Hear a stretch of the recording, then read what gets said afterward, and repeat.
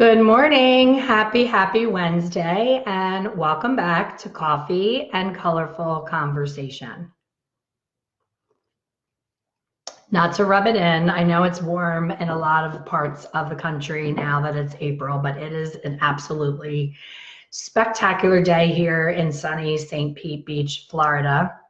I'm getting together with a friend later today that we went to beauty school together, so I'm very excited. I love the connection of this industry. I see Dana is on here. Dana and I have never met in person, and I feel like we're long-term friends from connecting through these coffee chats, through my education. That's my favorite part of doing what I do. I had lunch yesterday with someone who I connected with through my coffee chat. She purchased my online course. She was visiting her girlfriend here in Florida. She was about 45 minutes away, and she just reached out and said, "Hey, let's get together for lunch." And it was not a typical blind date where you're like, "Oh my gosh, I don't even know what the other person looks like." She has had me in her bedroom, living room, bathroom, wherever it is that she listens to these coffee chats, and it was like this effortless girlfriend conversation. We talked color, we talked the business of color, we talked all the things that have changed over the years, what it's like to move to another state and start all over again. We ended up meeting at 12:15, and we literally sat there until 3:15, and neither one of us even knew what time it was. So people in this industry are amazing. They're my favorite people. I thank you guys every week for showing up here and listening to what I have to say. Last night, I always think about, oh, what am I going to talk about this week? And something that's been really bothering me that I wanted to address is pricing in general, but especially pricing on highlighting services. I spend, as you know, way too much time on all these, hair color specific. Oh, I look like I'm delayed. Are you guys seeing me with the weird lips? I don't know if I should jump off and jump back on. Does it give me the thumbs up if you can see me and I'm not behind with my lips like a karate movie?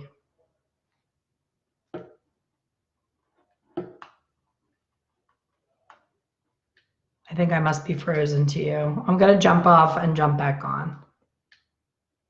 It is fine? All right. When I look at myself, it's like one of those old school karate movies. I'm like, oh, my lips don't match. So I'm not going to look at me. I'm going to look at the camera. So highlighting pricing, I think, is the number one disconnect over the entire industry. I think that people, the way that we priced highlighting back in 1986 when I first started out, highlighting was new. Everybody was using the cap. So it was like boom, boom, boom, pull the hairs through, slap on the lightener, walk away and do another client. It was no big deal. And then foiling came along. I really am dating myself now. And it was much more tedious, taking little weaves and pieces and placing the foil in and hoping that it wasn't bleeding, the foils weren't sliding and slipping. People were really slow doing it because it was such a new service. So then, we didn't charge crazy high amounts of money for the service because it was something new and we weren't really sure of our skills and we weren't super confident. So we just pulled this number out of the clear blue sky. We made it more expensive than a root retouch because it's obviously much more labor intensive, but the number was just the number. There was no system to coming up with the price. There was no mathematical equation. People back then, 1986, they didn't take the cost per square foot of the salon, the cost per product. A gigantic tub of lightener, I think, I could be wrong, but Clairol Basic White was about all you had. There was only 2 brands back then. Now you have so many choices and so many extra little ingredients, extra conditioning buffers, clay-based, powder-based, blue-based. There's so many different options, but with options has come steady price increases. The manufacturers are not being shy about giving us increases. I don't know about you guys, and I don't know how many people on here actually are buying products. If you're working in a salon, you're showing up every day, you reach for it, it's there. You have no idea how much it costs. The biggest light bulb aha moment that my staff ever has had is when they run to the store for me, if we're like totally out of one shade of a color and I have a client coming in, I'm like, you don't have a client, do me a big favor, run to Salon Centric and pick me up 2 tubes of whatever. And their eyeballs, when they come back, are like, that is how much hair color is? So I think as owners, we don't want to boo-hoo and share how expensive everything is and keep telling our staff, please don't waste, please mix less, please be conscious. They just think we're nagging like your mother. My mom used to freak out when we would take her sheets to go down the shore in the summer. We would rent a beach house and we would take all of her sheets from the house. So she would come down to the beach and we would have them rolled up in a ball with sand totally caked in them, beer stains. They were disgusting and they were outside and they had mold growing on them. And she would come visit and she would say, oh, I have those exact sheets. And I'm like, they're yours. And she would freak out. And I was like, oh my God, what are sheets? Like $10? Why is she freaking out? Well, now that I have my own home and I have to buy my own sheets, they're not $10. They're expensive. So you don't know what you don't know. So if you're going along in the salon, we all do this. We all feel guilty charging higher prices, really knowing what we're worth, but being terrified to charge it. So we keep trying to find a way to give that client a break. You know, we'll be like, okay, my owner's here, she's watching me. So I know that the base highlight price, say, is $120. And I know I have to charge that, but I'm putting Olaplex into her lightener. I'm doing a root shadow. I'm doing an end glaze. I'm doing all these other things in that service, but I'm not going to charge her for any of that. I'm just going to charge her for the highlight because she's going to like me more and she's going to stay with me and I'm going to get a big fat tip. And what happens is the salon owner may not be there, may not know that you did that root shadow, that end glaze, or any of those things, but what the owner sees is when she sits down to do her color inventory and things aren't adding up, she's like, wait a minute, we brought in this amount of money and our supply bill is this. It doesn't add up. And now, enter 2019, we have equipment, computer systems. We now have the ability in my salon, well, my old salon, I don't have it anymore. We use the color, we scan the color out of the computer to tell the computer that we used it so that we don't run out of it. It's a major perk and a great new thing for me as a salon owner. I always hated inventory because I couldn't keep up. Oh God, now we're out of this. Then I run to the store. Then we're out of that. So we're scanning and telling the computer that we used it. So then the computer only knows what you tell it to do. So the computer says, okay, she used 2 tubes of this and 2 tubes of that. And then the ticket comes up and it's like $50. And it's like, that's not adding up. So what's happening is the stylists don't understand how expensive color is. So they're giving the client a break. And then what happened in my case, I'm the owner and I also am a colorist. So the colorist would be out sick, out on maternity, whatever reason, they would end up in my chair. And I do pay for the color and I do understand how much it costs. So if I did a root shadow, I charge for a root shadow. If I did an end glaze, I charge for an end glaze. And the client was like, I'm never going to the owner again. She's so expensive. No, I wasn't more expensive. I just was charging what I was supposed to charge. So the client gets a little confused and feels ripped off by me because I'm charging what I actually was supposed to be charging. And then they then think that the hairstylist is just lower priced in the salon. What they're really doing is basically stealing from the salon in so many words by not charging what they're supposed to do. But here's who they're cheating: themselves. Because at the end of the year, all those little gifts that they're giving to their client, the free root shadow, the free Shades EQ, the free Olaplex, if you sat down with a calculator and added up all the missed opportunities over an entire year by all those little things, guys, tell me still that I'm okay sound-wise. Give me a thumbs up or comment, sound is good, or something so that I know that it's still good. Because you know I'll talk and talk and talk, and then you'll be like, where did you go? So you're cheating yourself at the end of the year. And when you do try to straighten it out and say, oh crap, thank you. Oh crap, I've been not charging for that for so long. How can I all of a sudden charge what I was supposed to charge? And then the client feels really taken advantage of because all of a sudden her service is like $36 more, but it really wasn't more. It was supposed to be $36 the entire time. So that's the biggest thing. And last night, of course, I said, I always think ahead of time, what am I going to chat about? And I wanted to chat about highlight placement, doing your highlights with intention, not doing a beauty school, build up the head, start from the nape, foil, foil, foil, foil, foil, foil, foil, all the way up, boom, get to the crown, foil, foil, foil, foil, foil, foil, foil, foil, 800 million thousand foils. That was today's topic.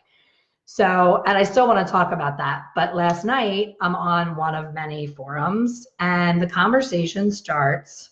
I took screenshots because I was like, I can't even anymore. This is why I have this group and I love you guys because we are all like-minded individuals. I've been doing this for probably 2 years, these coffee chats. I've never had a negative, mean, nasty thing said in my comment stream. Do you know how amazing that is? People are so mean on social media and in our hairdresser forums. I don't get it. I don't understand why people have to get so mean. Someone asks a simple question and people get so nasty and so they just think they know everything and they're so condescending the way that they answer. And I'm like, I just sit back and just watch the fireworks go off. I don't say a word because I'm not taking on that energy. Like I'm mad that I even saw it. And the only reason I see it is because it's in my feed because I join all these groups thinking I'm going to get positive growth and information to be with my peers like you guys and to meet new people that I can then invite over to this page. So do me a favor, invite nice people over to this page. Ask your friends that are stylists to like this page. Invite them in. If they're mean and they have negative energy and they're going to suck the life out of me, do not invite them, please. Be, careful who you invite, but please do share this because there's no room for that on this page. So the question was, what's everyone's balayage starting price quotes, parentheses, before toner, and locations, please? And this is why I'm sharing this, not to bring all that negative energy from that page to this page, but to talk about location. So, Anne, I see you've joined us. Hello. I was just talking about our nice lunch yesterday. So Anne and I are having lunch, and she's in Colorado. I am formerly from the suburbs of Philadelphia, and now I'm in St. Pete Beach, Florida. So we personally can speak to 3 different demographics. So her and I have very similar years in the industry. She started a little bit later than me, which is great because she got into it when the technology and the information is so much better than when I did. So we're chatting about pricing and she's saying, oh, I get so mad at myself. These younger girls next to me in the salon are charging more than I do. And I get mad at myself because I know it's me doing it. I'm deciding to charge what I charge and I feel bad. All the things that all of us feel all the time.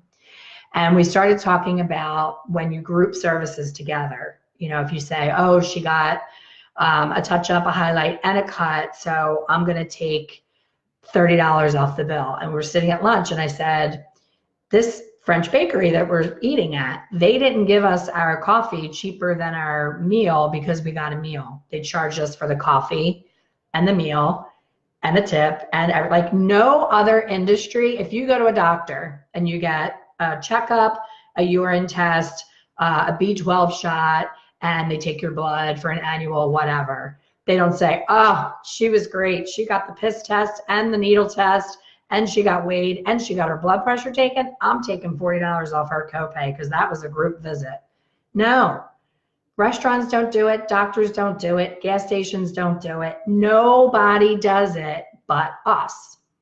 So here's my ADD, back to the forum and the conversation. Started out very nicely. The answers were like, I'm in Connecticut, $200. I'm in Michigan, $120. Reading, PA, $115. That's a normal, they asked how much and where are you? That's a normal answer.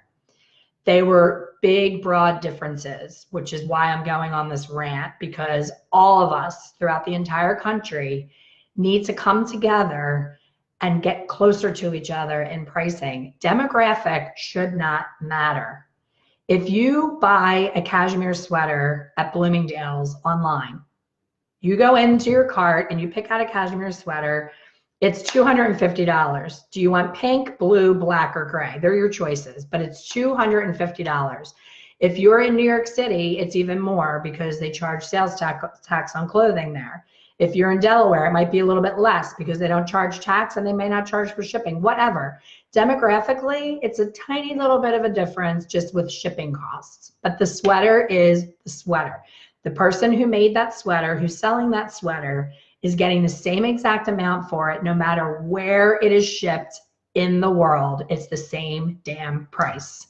Gasoline, same price. Pepsi products, same price. Target, you go to Target in some bumble town in the middle of nowhere, and that shirt is going to be $12.99. You go to Target in Newport Beach, California, or San Francisco, where it's the most expensive demographic in our country, same price. So why do hairdressers blame their location for their price? You're either an awesome hairdresser and you give awesome results, or you're an okay hair. It should be based on talent and product delivered, not location. It should also be based on time and product usage. When is the last time you actually sat down and figured out how much are you actually keeping from what you charge in the salon? Literally sit down and say, if you're an owner or a booth runner, rent, cost of washing the towels, cost of the towels, cost of the cotton, saran wrap, gloves, developer, hair color, whatever Olaplex or whatever thing you're adding in, the shampoo, the conditioner. I could go on and on and on of the expenses. No, we say, oh, I work on commission. I charged $100, I get $50. So there's so many other things that go into that. And you see these hairdressers bartending, waitressing. The beauty school in Philadelphia that is the better of the beauty schools, 9 out of 10 girls in the school were strippers during beauty school because they're like, I need to make money to pay this $25,000 tuition. They don't have parents that are just writing a check for their tuition. They need to pay for it somehow. And they know they're going to get out and a salon is going to want to pay them minimum wage to stand on their feet for 10 hours a day, shampooing, sweeping hair, doing towels, bending over, hunched over at the shampoo bowl. The whole thing is so broken. People are just pulling numbers out of their butt. And then here's the flip side. You have the new regime. Now, please don't take this the wrong way. I am older, so I'm going to come off as like a bitter old woman. So I am a little bitter because I have done this with 100% passion and given it my all for the entire 32 years that I was behind the chair. Every day I showed up and was my A game. Whether I was sick, whether I didn't feel good, whether I was fighting with my husband, whatever was going on in my life, as soon as I walked in that threshold of that salon, it was like the show's on. I was in charge of that 2x2 space that I was standing in, and it was all about my client and what's best for her hair. So now these people with all the Instagram and Facebook and being an influencer and all the stuff that's going on is awesome. I am so happy that you all have that opportunity. It's amazing. Like we had to go and put, we would have to get like a flyer printed up. And when you weren't busy, you would go around and you would put these underneath people's windshield wiper in like the Target didn't even exist, but it was Kohl's. It actually wasn't even Kohl's, it was Clover parking lot near me. I would drive up, the parking lot would be packed with all the women that were bored, whose kids were in school. And I would put a perm special on a little flyer under the windshield wiper, and I was packed with perms. Like it worked because back then there was no email, there was no texting, there was no Instagram, there was no Facebook, Snapchat, LinkedIn. All of the tools that you guys have did not exist for us. But here's the difference. We had to be really good at hair. We had to really know our shit, and we had to bring our A game to get a client to come back. The new generation, and I'm not going to specify because it's not everyone, it's not across the board, but there's some people, I'm doing education, I am doing my best to get in front of as many people as I possibly can. And it's difficult as an independent artist who's not affiliated with a company. The companies, the Redkins, the L'Oreals, all the companies want to know is how many followers do you have on Instagram. I don't have an impressive Instagram. I'm 51. Instagram is not my demographic. I jumped on Instagram right before I got on here to say to the little bit of people that follow me there, hey, come over to Facebook and watch my chat, because I don't really have a good following on there, but it's an age thing. So the people that really need me right now with what I'm teaching are the new people right out of beauty school. The new people right out of beauty school want to go to the people who have the 400,000 followers on Instagram, and they're mixing their color, and they're literally like dumping all this stuff in the bowl. They're not measuring. It's overflowing on the edges of the bowl. The bleach is all over their arms and their fingers. They don't have gloves on. The music's pumping. They look cool. They have the whole brand down. But I'm watching the actual color, and I'm like holding my breath saying, how is this going to turn out? And it turns out exactly how I thought it was going to turn out, and it's not good. But the people stand up and give them a standing ovation because the music was awesome that they were playing while they were demonstrating. And they looked so cool throwing 16 different things into a bowl and making it look like it's this magic potion. But think about it. What they're throwing, when you're beyond 3 tones in a bowl, I talk about this in a lot of my videos about formulation. When you're beyond 3 tones, think about the color wheel. 3 different things on the color wheel in one bowl is going to create a neutral. So your fancy, the smoke's going, music's going, and you're like, woohoo, look at this, I'm fancy. And you're creating like a 6N. It's a big old fancy expensive bowl of 6N. So I'm trying to take it back to the real grassroots. This is what you need to do. This is the pattern that you need to do in the hair to create this. Like the difference between a horizontal going across this way foil and going down the part this way. Huge difference. The difference between a baby light and a texture light. The difference between horizontal and vertical. If I want to fill in, which I do, I look so dark on this video. I don't know what happens on here, but I am not this dark in person. And tell them I'm not this dark in person. So if I want to fill in a big chunky piece here, I can do it with balayage. Fine. I can tip it out with balayage. I can put a foil and I can tease it. There's like 5 different ways I can do that. But if you take a vertical foil, if you come down this way, oh, this camera, everything's backwards. If you come down this way, look at all the amount of color that you're covering in that length. A vertical foil is going to give you length and give you that pop underneath. I never see anybody doing vertical foils. Everybody's doing all these different crazy patterns, but nobody's ever taking advantage of the vertical foil. There's no right and wrong way, like I said. I'm not saying I'm right, everybody else is wrong. I'm saying don't get in such a rut that whoever taught you the first time is the end all be all. I know I say it 8 million times, but 32 years in the industry. Vidal Sassoon trained Nancy Braun. But when I wanted to learn balayage, I was like, who's the best at balayage? They were like, Nancy Braun. I'm like, done. Went to 3 classes with Nancy Braun. Because I stepped outside of my comfort zone and went to learn balayage with Nancy Braun, I wanted to poke my eyeballs out the whole time I was there. I had no fingerprints on my hands. The bleach was all over my fingers. Her technique, you have to hold the comb, hold the cotton, and hold the brush all in your hands at the same time. I was like fumble fingers. I was so uncomfortable. I felt like it was my first day of beauty school. And that was 10 years ago. So I had 22 years of experience, owned 2 salons at the time, very successful, bumping busy behind the chair, but I knew there was more. I was like, there has to be more. I can't just keep doing this beauty school foil the rest of my life. There has to be more. And I would look at the magazines and be like, how do they get that Victoria's Secret? You don't know where the highlights are starting and stopping. It's so beautiful. How did they do that with foil? They didn't. They were doing it with balayage. So I went, I learned it. I came home, I tried to balayage everybody because you get so excited. So I was taking those like anal blondorexic, really close together foil girls and trying to balayage them, and they hated it. So I was like, this was the worst idea I ever had. This is stupid. I'm not doing this anymore. I'm going back to foil. And then fast forward, about 3 years after that, everybody all of a sudden was balayaging. And I was so mad at myself for not being an expert by the time everybody else adapted. I've always prided myself in being ahead of most of the people in my area and in the marketplace because I love it. I'm passionate, I'm eager. I go to every class, every show.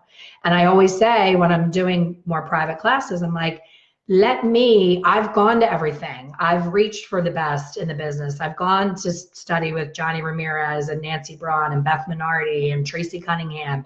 I've spent all the money learning from them. And every single class that I go to costs me $3,000 by the time I fly there, stay in a hotel, airport bottle of water is $4. By the time I spend all that money, I may only come back, like Tracy Cunningham probably cost me about $3,000. And her technique is amazing, but it's one technique. And she does it on 4 different models. And you sit in a gigantic room. You can't get close up. You can't see details. And the ticket price was $1,200 plus my hotel, plus my everything else. But she said something when I went to see her that I loved. She was doing it and she was like, she wasn't really teaching. She's just kind of doing what she does in the salon, and she's talking to her assistant and they're laughing. And it was entertaining, but I was like, for $1,200, like I want a blueprint. I want sheets, PDFs, printouts, pictures, formulas. None of that happened. But as she was doing her technique, she said, it's kind of like a bullshit version of balayage. And I was like, you know what? It kind of is. And because I was someone who struggled with balayage, I latched onto that. And I was like, oh my gosh, this is it. I gave up on balayage because it was so tedious and so quirky. Like I wasn't getting the lift that I wanted to get because it was open air. And then when I got into the cotton and the saran wrap, I'd have the cotton up my nose and all over my apron, and the fingerprints were gone, and it was a hot mess. But I really loved that look of that lived-in Victoria's Secret look, that like bombshell textured look. So $3,000 later, Bullshit Balayage was born. I came home and I was already doing my online course, and I was like, this is my thing. This is going to be my thing that I'm going to share with the masses. Bullshit Balayage. How to get a balayage look without the stress of freehand balayage. So there's my point. It's like all that travel, all that, and not only was the $3,000 physically pulled out of my pocket and spent, think about the time behind the chair that I missed. I average about $100 an hour is how I do my pricing for everything in the salon. So if I missed 2 days of work, 8 hours a day, do the math, $100 an hour times 16 is what I missed in the salon, plus the $3,000. So I'm bringing all the best little nuggets to you guys on your phone, in your house. You can sit outside if you're somewhere warm and be laying by the pool and watching it, and you're getting all the same information, but with way more detail coming from me, because that's the way that I learn. So I'm going to get into explaining more of the why. Instead of you just watching me do it, I explain why Tracy does what she does and why this technique happened. So then it evolved into something else. So I was like, Johnny Ramirez has the most amazing brunettes. They don't have a speck of warmth. How does he do that? And he's doing that beachy Victoria's Secret thing, but like no one has brassy hair. Like I need to go find this guy. Jump on a plane, drag my husband, go to LA, another $3,000 later, waiting out in the heat, this long red carpet line. It was this big thing, and I'm way back. I can barely see. And they did it at a beautiful venue, but it wasn't a salon. So you didn't get to see them combing out all the teased parts and how they comb out. What are their tricks to doing that? What other little things did they do backstage that we didn't see? So when I came home and did what I learned from his class, something was missing. And I reached out to a friend of mine and I said, I don't know what I'm doing wrong, but the transition between the root shadow and the ends, that midpoint, I'm doing something wrong. So I told him, I went to Johnny Ramirez. He was like, how was it? I said, it was great, but I feel like I don't have the type of clientele that's going to spend 8 hours and $1,000 in my chair to get that look. So I need to find a cheat to Johnny Ramirez's technique to make it work for me. He's like, come see me, come to the salon. I have the perfect answer for you. So I go, he's in Washington, D.C. I met him. This is where the universal synchronicity, because I seeked out Nancy Braun and her training. I went to so many of Nancy's classes that I was able to be a model at one of her balayage classes, and I stayed and took the class. So when I was a model, this friend of mine, I met him because he was her assistant. and he had to shampoo my hair and blow me out, and we were chatting and we bonded over Beth Minardi. I was like, oh my gosh, everything I've ever learned as far as formulation and color has been from Beth. She's been amazing. He's like, oh my God, I'm obsessed with her. We became friends. That was 10 years ago. So he has been such an amazing friend and resource, and he is such a different colorist than me. He just does it. He doesn't like when I want to try something new, I pull these things out. I pull my mannequin head out. She's over here. I'll play and mess around on her, but I will not mess around on you, my client, or my mom or my sister. Like I'm, nerdy like that. I don't want to make mistakes on a human head. So I go to see him and I'm all shiny. He's trying to show me how to do that transition. And he taught me this amazing tip that I now include in my bullshit balayage technique, and everyone loves it. And it's one little small difference and one little move in the entire bullshit balayage that makes the difference between that transition. So every bit of, getting on a train to DC, staying at a hotel, paying for my meals, missing work, time away from my family, all of that came down to that little move that he taught me. And then he ended up doing my best friend's color, completely different technique.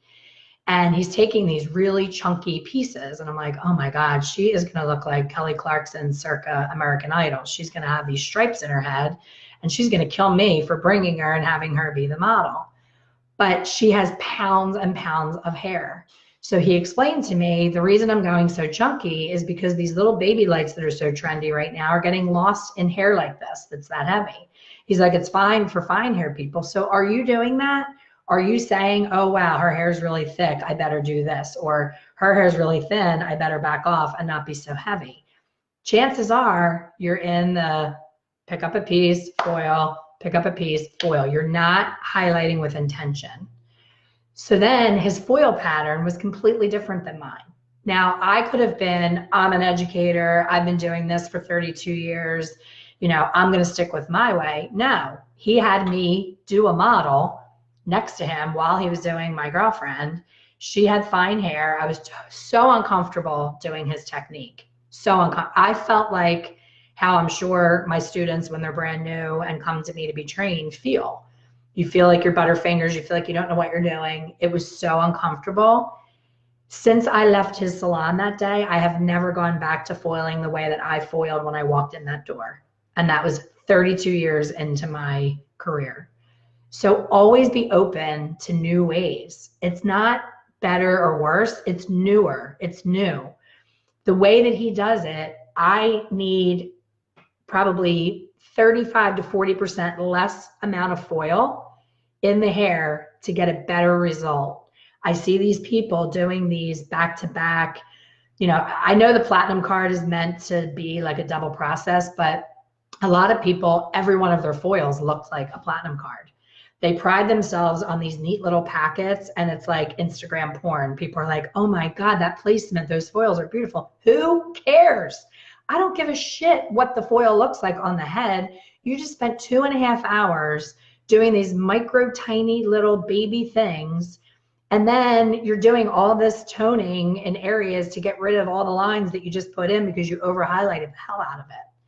So we're doing everything on autopilot, and then we're not charging accordingly. If you feel like if someone's like wants to be super mega blonde and you don't want to do a double process, yes, you have to go in and do all those little baby lights and everything. But why are you charging? This was happening to me next to me all the time in the salon. I would turn to my coworker and say, what the hell are you doing? You just did an hour and a half of 8 million foils and your ticket says partial highlight. Are you kidding me? What the hell's that? What about that head says partial? I want everyone on here to lose the word partial. There is no such thing as a partial. Go about your highlights like an artist. Look at it as jump over when I hang up on here, go over to my YouTube and check out the couture highlighting method. It's in my YouTube videos. You'll see it. It says couture highlights. It's a quick video. I think it's 10 minutes maybe at the most. And it's all about the placement. And It's better for the client because she's getting the impact and the brightness where she needs it, but not where she doesn't. So what's happening, guys, is you feel like you're oh, I'm cheating. I'm cheating the client if I don't do every single hair. You're not cheating them. What you're doing is you're over highlighting. You're undercharging for the over highlight. You're not getting paid what you're supposed to get paid. And then because you over highlight it, the client has to come back. And if you're seeing people for highlight retouches in 7 and 8 weeks, you are over highlighting. A person should not need highlights in 7 weeks. That is a touch up. That is not a highlight. That should be an all over root touch up. They should be able to go a minimum of 10 weeks between is the shortest amount of time you should see somebody for a highlight. These techniques that I'm teaching and that I'm doing, they don't have to see me for 6 months. And people will say, well, that's stupid. Why are you doing that? I like seeing them every 7 weeks. It's more money. It's not. You're undercharging and doing all this work every 7 weeks. If you do the math, the new regime is smart enough that they're doing what I'm saying to do, a more artistic approach and putting it where they need it and not where they don't, and root shadowing and doing all these zone tones. And they're charging $350. The person only has to come every 6 months. Would you rather do a $90 foil every 7 weeks or a $350 foil every 10 weeks? Do the math. So I think that as hairdressers, we hate math, myself included. That's why I'm a hairdresser. The thoughts of taking math for 4 more years, I was like, I have to find a job that doesn't involve math. And I happen to love hair already. I was doing all my friends' hair by 8th grade. So think about what you're charging. Think about how much of your paycheck you're shorting yourself, you personally. I just took a class from a famous Australian hairdresser online, and it was a great technique. It was very similar to my bullshit balayage with a little bit of a twist. And they charge $70 to put Olaplex in their lightener. $70 is added onto the ticket, and that does not include the take-home product. That is Olaplex in the lightener, number 2 afterwards at the sink, period, $70. If you're a stylist that's using Olaplex and you've never bought Olaplex, go online right now and look up how much it costs. It's like $200 for a little bottle of Olaplex. It's that expensive. So if you're adding it in and saying, part of the argument on that forum, oh, I got so off base. I'm so ADD, it's a sin. How do you guys put up with me? So the thing that triggered me in that Facebook forum was people started to get, I charge this and I'm from this state, I charge that. And then somebody comes in and says, why are you charging separately for a glaze? That's non-optional. Like I always put a glaze in my balayage, so I factored into the price.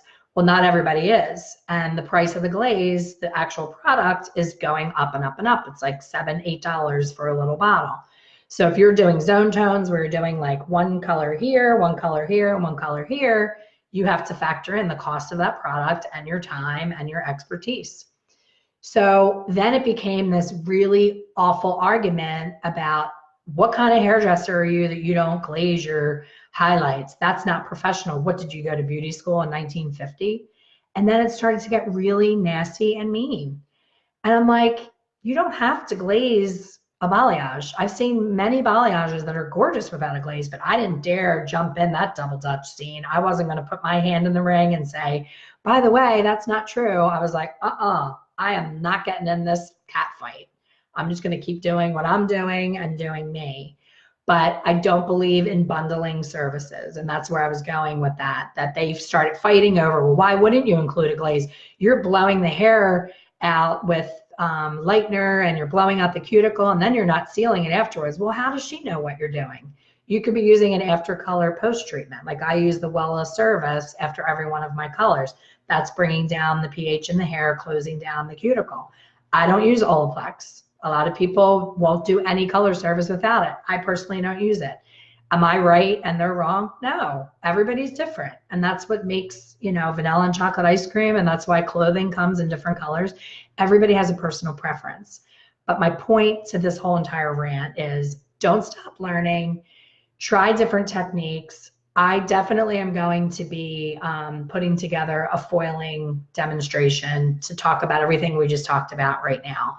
But in the meantime, I'm redoing my Secrets of Celebrity Colorist. It was such a popular online class, and I did it twice, and I was like, all right, I need to do something else. These people are going to get bored.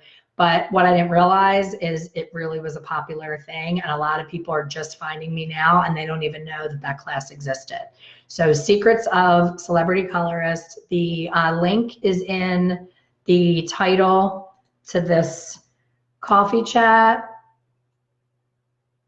I'm also putting a link in here to join my mailing list. It's in the comments. You'll find it in there somewhere. It says top 10 tips to stand out. If you're not already on my mailing list, please click on that and join. You'll get entered into a series of emails. It'll tell you when I'm doing any type of online training. You're always welcome to join my online program, Hair Color Simplified, and I have a new thing coming out where it's a monthly membership. So at the end of the Secrets of Celebrity Colorist, I'm going to talk about the monthly membership, how you can join, what you get for being a member. I hope that you guys will join me and continue on this path to share everything that I've ever learned about hair color and help you along on your colorful journey. I hope you enjoyed this rant, and I hope all of you will go back and charge what you're supposed to charge today. Charge for a glaze that you didn't charge for yesterday. Start with baby steps. Raise your highlights $5. Make some kind of movement so that all across the country, a highlight is never less than $120. That should be the minimum that a full highlight should be, in my opinion, for the amount of time that you take. And then adjust accordingly for hair texture. Someone with a chin length bob with 15 hairs on their head should not be charged the same as a supermodel that has the Victoria's Secret hair down the middle of their back. So take into consideration timing, texture, technique. 3 T's. I didn't even plan that. Timing, texture, technique with your pricing, and your income will explode. Thank you for joining me. Please share this coffee chat with your friends. Share it on any Facebook forums that you belong to. When I try to share them, Facebook puts me in prison and shuts me down for a couple of days. So when you guys share them, share away. You can share them on any forum that you're in and with your friends. So thank you so much, and I hope to see you. The training is Monday, May 6th. So I hope to see you guys live in the Secrets of Celebrity Colorist. Talk soon.